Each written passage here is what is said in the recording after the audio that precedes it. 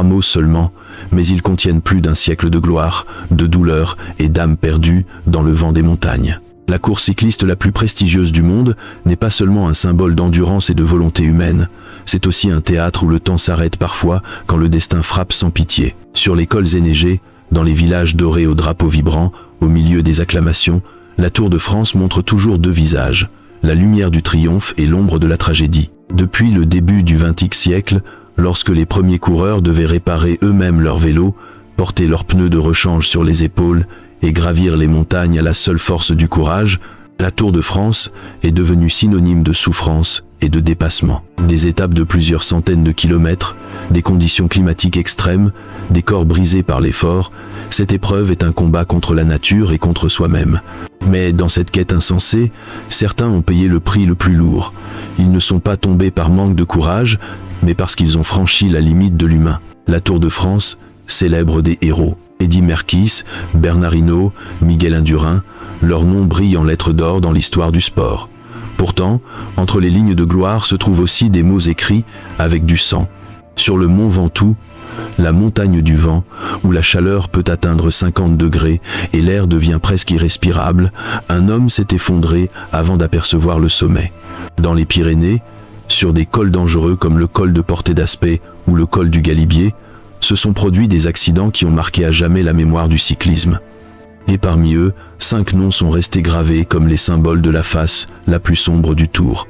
Ce qui rend la Tour de France unique, ce n'est pas seulement la difficulté physique, mais la fusion entre la passion, l'épuisement et l'orgueil. Chaque coureur qui s'élance sait qu'une erreur, un coup de vent, un instant d'inattention peut lui coûter la vie. Et pourtant, il continue, comme si la mort faisait partie du mythe. La Tour ne se mesure pas seulement en secondes, mais en gouttes de sueur, en larmes et parfois en sang séché sur le maillot jaune. Certains meurent par ambition, d'autres par malchance, d'autres encore par foi en la victoire, mais tous partagent une même destinée, tomber sur le chemin de l'immortalité. Tom Simpson, effondré sur la pente brûlante du Ventoux, laissant derrière lui cette phrase devenue légendaire « Put me back on my bike ».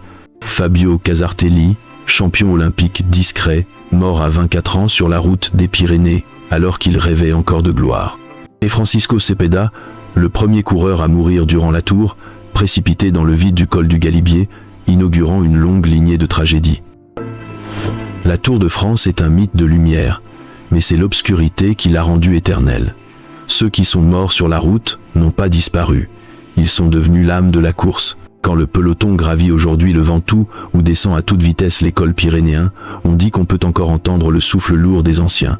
La Tour n'oublie personne, mais elle n'épargne personne non plus. Dans cette vidéo, nous reviendrons sur les 5 décès les plus tragiques de l'histoire du Tour de France, 5 hommes tombés entre la gloire et le désespoir, 5 destins qui rappellent à quel point la frontière entre le courage et la mort est fragile. Ce ne sont pas seulement des histoires de sport, ce sont des histoires d'humanité, de rêve et de démesure, la quête de l'absolu, même lorsque le prix à payer est la vie elle-même.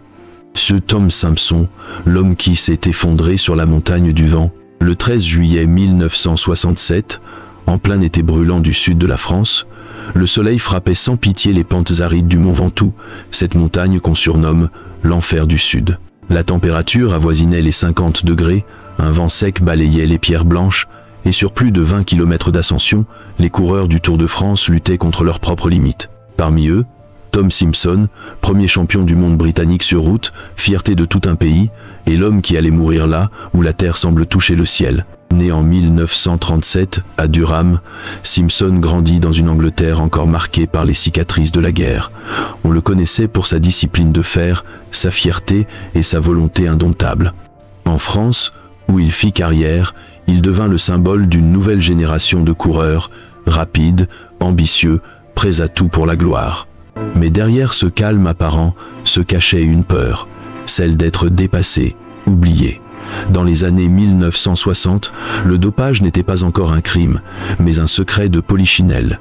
Les amphétamines circulaient librement dans le peloton. Simpson, comme beaucoup d'autres, en utilisait pour repousser la fatigue, sans savoir que cela lui coûterait la vie. L'étape de ce jour-là reliait Marseille au mont Ventoux sur plus de 211 km. Quand le peloton atteignit le pied de la montagne, Simpson faisait encore partie du groupe de tête. mais à mesure qu'il grimpait, ses forces l'abandonnaient. Son corps était déshydraté, sa vision troublée, ses mains tremblaient.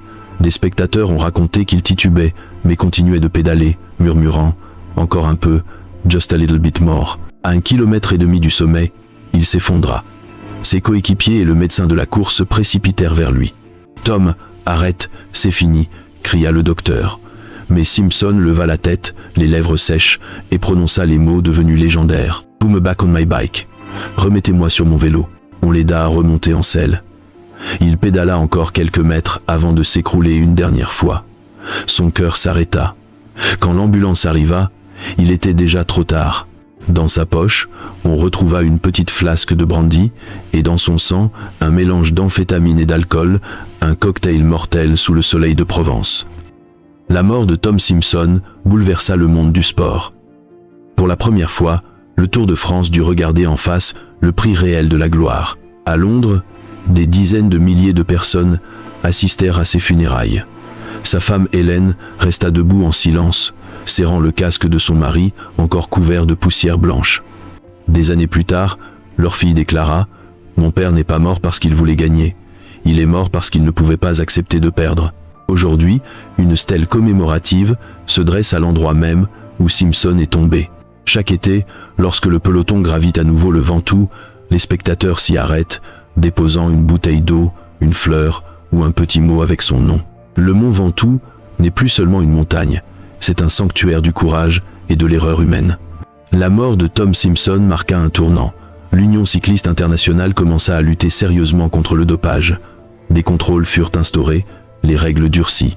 Mais dans le cœur des amateurs de cyclisme, Simpson resta moins un fautif qu'un martyr d'un système obsédé par la performance. Le vent du Ventoux porte encore aujourd'hui une inscription gravée dans la pierre, à la mémoire de Tom Simpson, mort en cherchant la gloire. À la mémoire de Tom Simpson, mort en quête de gloire. Fabio Casartelli. La tragédie du col de Portet d'Aspet. Le 18 juillet 1995, la 15e étape du Tour de France, entre Saint-Giron et Cauterets, se déroulait sous une chaleur écrasante au cœur des Pyrénées. Le soleil brûlait la route, l'air vibrait, et le peloton affrontait l'une des descentes les plus dangereuses de la course. Parmi eux se trouvait Fabio Casartelli, jeune Italien de 24 ans, champion olympique à Barcelone en 1992, souriant, discret et plein d'avenir. Ce jour-là, il allait entrer dans la légende, non pas par une victoire, mais par une tragédie. Fabio était né en 1970 à Côme, au nord de l'Italie. Très tôt, il montra un talent naturel et une intelligence rare pour la course. Il n'était pas un casse-cou, mais un stratège calme, précis et réfléchi. Sa victoire olympique fit de lui une fierté nationale. Pourtant, malgré la gloire, il resta un homme simple, aimant la lecture et la tranquillité plus que les projecteurs. Ceux qui le connaissaient disaient qu'il avait une douceur rare, un sourire sincère et une humilité désarmante. En 1995, il rejoignit l'équipe Motorola aux côtés d'un jeune coureur américain ambitieux, Lance Armstrong. C'était sa première participation au Tour de France, et ce serait la dernière. Ce 18 juillet, la descente du redoutable col de Portet d'Aspet s'annonçait périlleuse. Pente à plus de 17%, virages étroits, barrières absentes. Les coureurs dévalaient la montagne à plus de 80 km/h. Un accrochage à l'avant du peloton provoqua une chute en chaîne. Fabio perdit le contrôle de son vélo, glissa sur l'asphalte et heurta violemment un pilier en béton au bord de la route. Il ne portait pas de casque. À l'époque, ce n'était pas obligatoire. Ses coéquipiers s'arrêtèrent immédiatement. Lance Armstrong se précipita, se mit à genoux près de lui, criant son nom, implorant une réponse. Les médecins arrivèrent, tentant pendant près d'1 heure de le ranimer. En vain. Fabio Casartelli mourut sur le bitume, au milieu des montagnes. L'annonce fit l'effet d'un séisme. Le soir, aucune cérémonie ne fut organisée. Le lendemain, les coureurs repartirent ensemble, formant un seul et même cortège silencieux. Personne n'attaqua, personne ne parla. À l'arrivée, Armstrong s'échappa du groupe, franchit seul la ligne d'arrivée, leva les yeux au ciel et tendit le doigt vers le haut. Ce jour-là, la victoire appartenait à Fabio. La mort de Casartelli bouleversa le monde du sport. Les journaux titrèrent « Le prix de la vitesse, le jour où la tour a perdu son sourire ». Le drame fit éclater un débat sur la sécurité et le rôle du hasard dans un sport où la gloire et la mort se côtoient si souvent. 3 ans plus tard, la Fédération internationale de cyclisme rendit enfin le port du casque obligatoire. La disparition de Fabio sauva des milliers de vies. Sur le lieu de l'accident, une stèle de marbre blanc fut érigée. On y lit ces mots: « À la mémoire de Fabio Casartelli, champion olympique, mort pour sa passion. À la mémoire de Fabio Casartelli, champion olympique, mort pour sa passion. » Chaque été, lorsque le Tour franchit à nouveau le col de Portet d'Aspet, les coureurs ralentissent. Certains déposent une fleur, d'autres baissent la tête. Les spectateurs se taisent. Et quand le vent descend du col, on dit qu'on peut encore entendre le doux bourdonnement d'une roue, comme si Fabio roulait encore. Fabio Casartelli est mort en faisant ce qu'il aimait. Il n'a pas succombé à une erreur, mais à un instant tragique d'un sport impitoyable. Et pourtant, de sa mort est née une leçon, une réforme, un symbole. Fabio demeure pour beaucoup l'image de la pureté et du courage, ce sourire éternel qui, même dans la mort, éclaire encore la route du Tour de France. Francisco Cepeda, le premier homme mort pour la Tour de France. En 1935, la Tour de France était encore une aventure d'un autre temps, une épreuve de poussière, de sueur et de douleur. Pas de caméra, pas d'ambulance, pas de barrières sur les routes de montagne. Seulement des hommes de fer sur des vélos d'acier, luttant contre la nature et contre eux-mêmes. Parmi eux, un jeune basque au courage farouche, Francisco Cepeda, porteur des espoirs d'une Espagne encore nouvelle dans le monde du cyclisme. Il rêvait de gloire, mais le destin fit de lui le premier coureur, mort au Tour de France. Francisco Cepeda naquit en 1906 à Sopuerta, près de Bilbao, dans une famille ouvrière modeste. Enfant, il travaillait déjà dans les mines et parcourait chaque jour de longues distances à vélo. De là naquit sa force et sa détermination. Avec la ténacité propre au peuple basque, Cepeda rejoignit rapidement la jeune équipe Euskadi, la première formation espagnole à participer à la Grande Boucle. Il n'avait ni entraîneur, ni médecin, ni voiture suiveuse. Son seul soutien, c'était son vélo de près de 20 kilos et une volonté plus solide que les montagnes qu'il grimpait. L'été 1935, la 9e étape reliait Grenoble à Gap, en passant par le légendaire col du Galibier, l'un des plus hauts cols d'Europe. C'était le 13 juillet, coïncidence tragique, le même jour où, 30 ans plus tard, Tom Simpson trouverait la mort sur le mont Ventoux. Ce matin-là, un brouillard épais enveloppait les sommets.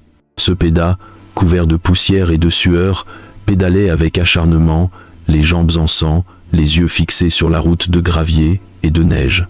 Mais au début de la descente du Galibier, le drame se produisit. La route était glissante, étroite, sans parapet, la visibilité presque nulle. Dans un virage, Cepeda perdit le contrôle. Son vélo dérapa et il bascula dans le vide. Une chute de plus de 50 mètres. Les coureurs derrière lui n'entendirent qu'un fracas métallique et un cri qui se perdit dans le brouillard. Il fallut près d'1 heure pour le retrouver, gisant dans le ravin, inconscient, le crâne et la poitrine gravement blessés. Transporté à l'hôpital de Grenoble, il mourut 2 jours plus tard. Ce fut le premier décès de l'histoire du Tour de France. La presse française parla du « sacrifice du pionnier ». Ses coéquipiers d'Euskadi quittèrent immédiatement la course. En Espagne, il fut pleuré comme un héros. Sur le lieu de l'accident, au col du Galibier, on érigea une modeste stèle commémorative avec cette inscription: « Ici est tombé Francisco Cepeda, coureur espagnol, mort en défendant son rêve. Ici est tombé Francisco Cepeda, coureur espagnol, mort en défendant son rêve. » Depuis ce jour, la Tour de France n'a plus jamais été la même. La mort de Cepeda marqua une prise de conscience. La Grande Boucle n'était pas seulement un défi sportif, mais une frontière fragile entre la vie et la mort. Chaque été, lorsque le peloton grimpe à nouveau le Galibier, certains ralentissent, d'autres baissent la tête. Les spectateurs déposent des fleurs, des drapeaux basques, des pierres gravées de son nom. On l'appelle El Valiente Olvidado, les courageux oubliés. Francisco Cepeda n'a jamais gagné d'étape ni porté le maillot jaune, mais il fut le premier à payer le prix ultime. Son nom demeure comme celui du pionnier tombé pour que la légende du Tour de France puisse naître, le premier écho du prix de la gloire. Joaquim Agostinho, les héros qui a continué, a roule a los que son crâne était fracturé, le 30 avril 1984, lors de la dernière étape du Tour de l'Algarve, au sud du Portugal, le soleil brillait doucement sur les petites routes bordées de spectateurs. Les cris de la foule accompagnaient Joaquim Agostinho, 41 ans, vétéran du cyclisme, toujours en tête du peloton. Il n'avait plus rien à prouver, 13 participations au Tour de France, 8 classements dans le top 10, 2 podiums. Mais Agostinho ne courait plus pour la gloire. Il courait parce que pédaler, pour lui, c'était vivre. Et ce jour-là, il allait mourir en faisant ce qu'il aimait le plus. Né en 1943, à Torvedra, près de Lisbonne, Joaquim venait d'un milieu modeste. Avant d'être cycliste, il fut soldat de cavalerie pendant la guerre coloniale en Angola. Ce n'est qu'à 25 ans qu'il commença sa carrière professionnelle, un âge tardif pour ce sport. Mais sa force brute, sa discipline et son courage le distinguèrent très vite. Il devint le symbole d'un Portugal travailleur, fier et infatigable. Ses compatriotes l'appelaient o soldado de ferro, les soldats du fer. Agostinho était respecté non seulement pour ses résultats, mais pour sa droiture. Toujours calme, poli et discret, il inspirait une admiration sincère. En 1979, lors de la fameuse montée de l'Alpe d'Huez, il chuta lourdement, le visage couvert de sang, mais remonta sur son vélo et termina l'étape. Ce jour-là, il entra définitivement dans le cœur des Portugais. Le 30 avril 1984, dans cette petite course locale qu'il aimait tant, le destin le frappa une dernière fois. Alors qu'il menait la course à quelques centaines de mètres de la ligne d'arrivée, un chien surgit sur la route. Il n'eut pas le temps d'éviter l'animal. Le choc fut violent. Agostinho fut projeté en avant et s'écrasa la tête la première sur le bitume. Son crâne se fractura, mais, incroyable, il se releva, remonta sur son vélo et continua à pédaler. Il franchit la ligne d'arrivée, puis s'effondra. Transporté d'urgence à l'hôpital de Lisbonne, il resta 10 jours dans le coma avant de s'éteindre le 10 mai 1984. Le pays tout entier plongea dans le deuil. Les journaux écrivirent « Le soldat a accompli sa dernière mission ». Ses funérailles eurent lieu à Torvedra, en présence de dizaines de milliers de personnes. Certains vinrent à vélo, d'autres à pied. Tous pleuraient leur héros. La mort de Joaquim Agostinho symbolise à elle seule l'esprit du Tour de France. Il disait souvent « Si je tombe, je me relèverai. Si je saigne, je continuerai. Et si je dois mourir, que ce soit sur mon vélo », c'est exactement ce qu'il fit. Aujourd'hui, au centre de Torvedra, une statue de bronze haute de 3 mètres le représente grimpant une côte, le regard tourné vers l'horizon. Sur le socle, une inscription dit « Ele não caiu, ele subiu mais alto ». Il n'est pas tombé, il est simplement monté plus haut. Chaque année, lorsque le peloton du Tour traverse les montagnes, son nom revient sur les lèvres des commentateurs. Car Agostinho n'était pas seulement un champion, il était un symbole de courage, de dignité et de fidélité à soi-même. Le héros qui continua à avancer, même quand son crâne était brisé. Andrei Kvylev, l'homme qui a changé à jamais la Tour de France. Le 12 mars 2003, la deuxième étape de la course Paris-Nice, surnommée la course au soleil, se déroulait sous un ciel clair. Le peloton roulait paisiblement à travers le sud de la France. Parmi les coureurs, un homme discret mais respecté de tous, Andrei Kvylev, 29 ans, coureur kazakh de l'équipe Cofidis. Il n'était pas une star, mais un professionnel exemplaire, travailleur, poli, modeste, toujours fidèle à son devoir. Né en 1960, 13 à Karaganda, au cœur du Kazakhstan, Kvylev avait découvert le cyclisme tardivement. Ingénieur de formation, il avait quitté sa carrière pour suivre son rêve, vivre sur un vélo.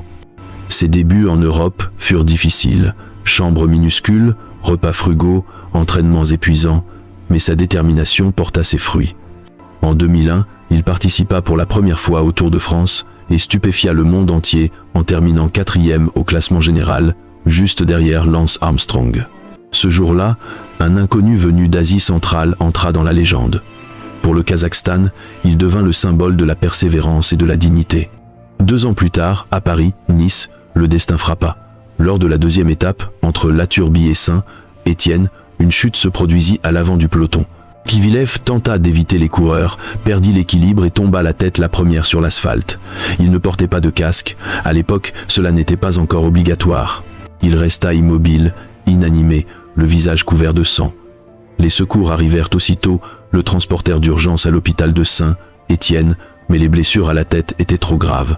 Le 13 mars 2003, à seulement 29 ans, André Kivilev s'éteignit. Sa mort bouleversa le monde du cyclisme. Tous saluaient un coureur juste, honnête, sans scandale. Mais au-delà du chagrin, son accident provoqua un électrochoc. En quelques jours, l'Union cycliste internationale, UCI, convoqua une réunion extraordinaire. 3 semaines plus tard, une nouvelle règle entra en vigueur, le port du casque devint obligatoire dans toutes les courses professionnelles. André Kivilev était parti, mais son sacrifice sauva des vies. Il devint le héros silencieux qui rendit le cyclisme plus sûr. Du Tour de France au Giro d'Italia, des Jeux Olympiques au Championnat du monde, le casque devint à la fois un symbole de protection et de mémoire. À Saint-Étienne, sur le lieu de sa chute, ses coéquipiers et les habitants ont érigé une stèle en son honneur. On peut y lire « À la mémoire d'André Kivilev, mort pour le cyclisme, vivant dans nos cœurs ». À la mémoire d'André Kivilev, mort pour le cyclisme, vivant dans nos cœurs. Sa femme, Natalia, était présente lors de la cérémonie, tenant dans ses bras leur fils de 6 mois. Elle déclara simplement « Il ne voulait pas être un héros, il voulait juste faire du vélo ». 20 ans ont passé, mais chaque fois que le peloton du Tour traverse le sud de la France, son nom revient dans les esprits. Car sa disparition n'a pas seulement changé une règle, elle a changé la conscience d'un sport. André Kivilev n'a jamais porté le maillot jaune, ni levé les bras sur les champs, Élysée. Pourtant, il reste l'homme qui a rendu la Tour de France plus humaine, un héros silencieux, tombé pour que d'autres puissent continuer à rouler, protégés, en toute sécurité, avec le souvenir d'un courage qui, cette fois, sauva des vies. Conclusion. Le Tour de France, là où la gloire et la mort partageant la même route, depuis 1903, le Tour de France est devenu le symbole de l'endurance, de la volonté et de la fierté humaine. Mais derrière les images éclatantes, derrière les applaudissements des foules et l'éclat du maillot jaune, se cache une vérité brutale. Le Tour de France a toujours été une course entre la vie et la mort. Nulle part ailleurs, l'homme ne pousse aussi loin les limites de son corps et de son esprit, là où une simple erreur, une seconde d'inattention, une pierre sur la route peuvent tout faire basculer. 5 noms: Francisco Cepeda, Tom Simpson, Fabio Casartelli, Joachim Agostinho et André Kivilev résonnent comme autant de destins brisés. Ils venaient de pays différents, d'époques différentes, mais ils sont tombés sur la même route, sous le même ciel, unis par un même désir, vivre leur passion jusqu'au bout. Francisco Cepeda, le pionnier, tombé dans le brouillard du Galibier, premier martyr du Tour. Tom Simpson, le héros britannique, effondré sur le mont Ventoux, victime du vent, de la chaleur et de l'ambition. Fabio Casartelli, le jeune champion olympique, fauché en pleine gloire, dont la mort imposa le port du casque. Joachim Agostinho, le soldat de fer, avançant jusqu'au bout malgré un crâne fracturé. Et enfin, André Kivilev, celui dont la disparition fit naître une nouvelle ère de sécurité et de conscience dans le cyclisme. Ces hommes ne furent pas seulement des coureurs. Ils sont devenus des repères de mémoire, des marques indélébiles gravées sur l'histoire du Tour de France, rappelant que derrière la lumière se cache le sang, la douleur et le silence. Chaque été, quand le peloton grimpe les montagnes sacrées, Galibier, Ventoux, Portet d'Aspet, Algarve, Saint-Étienne, on dit que leurs esprits roulent encore, invisibles, aux côtés des vivants. Le Tour de France n'est pas qu'une quête de victoire. C'est une symphonie de gloire et de souffrance, un dialogue entre la grandeur et la fragilité humaine. Les tragédies ne l'ont pas affaibli, elles l'ont rendu plus profond, plus humain, car c'est dans la perte que l'on comprend la vraie valeur de la vie. Aujourd'hui, quand les coureurs modernes filent sur leurs vélos en carbone, casques vissés, entourés d'équipes médicales et de voitures suiveuses, peu se souviennent que tout cela est né de ces morts-là. Pourtant, quelque part, entre le vent et l'asphalte, résonne encore la voix du passé. Ne nous oubliez pas, nous avons roulé sur cette route avant vous, avec nos vies. Clé. Le Tour de France ne cherche pas seulement le plus fort. Il rappelle au monde que la vraie gloire ne réside pas toujours dans la victoire, mais dans ceux qui sont tombés pour tracer la route,